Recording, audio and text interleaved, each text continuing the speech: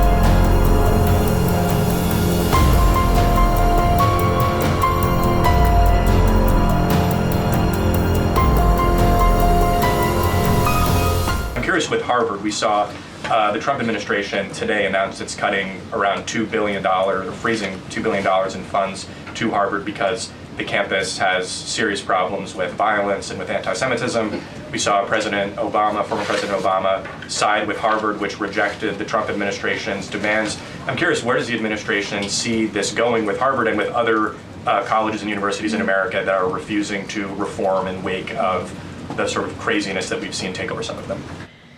Thank you, Matt, for being here, and thanks for the question. When it comes to Harvard, the president's position on this is grounded in common sense, in the basic principle that Jewish American students, or students of any faith, should not be illegally harassed and targeted on our nation's college campuses. And we unfortunately saw that illegal discrimination take place on the campus of Harvard. There are countless examples to prove it, particularly with the stunning confession by then Harvard President Claudine Gay, who said that bullying and harassment depended on the context. The president at that time made it clear to the American public he was not going to tolerate illegal harassment and anti-Semitism taking place in violations of federal law. So the president made it clear to Harvard, follow federal law, no longer break Title VI, which was passed by Congress to ensure no student can be discriminated against on the basis of race, and you will receive federal funding. Unfortunately, Harvard has not taken the president or the administration's demands seriously. All the president is asking, don't break federal law, and then you can have your federal funding. I think the president is also begging a good question. More than $2 billion out the door to Harvard when they have a more than $50 billion endowment. Why are the American taxpayers subsidizing a university that has billions of dollars in the bank already? And we certainly should not be funding a place where such grave anti-Semitism exists. To follow up on something that you just said, why do Ivy League schools get so much federal funding?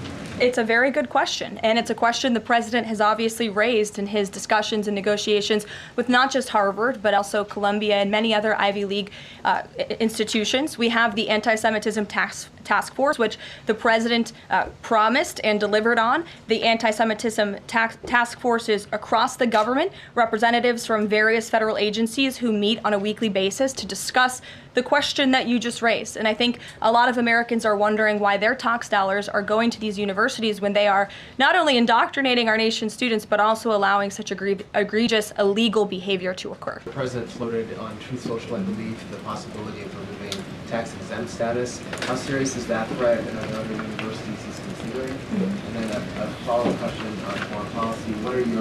Can you give us an update on what the president hopes to come from the next round of talks with Iran? Sure.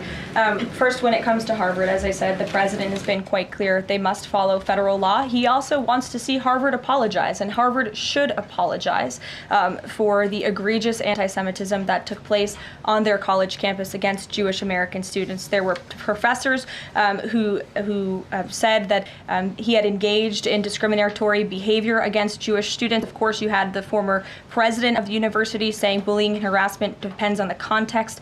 You also had an encampment on Harvard Yard that we all saw play out before the cameras. The university failed to impose formal discipline on any students for this anti-Semitic conduct violations, including the occupation of a campus building and the disruption of classes with bullhorns. The president believes Harvard should apologize to its Jewish American students for allowing such egregious behavior.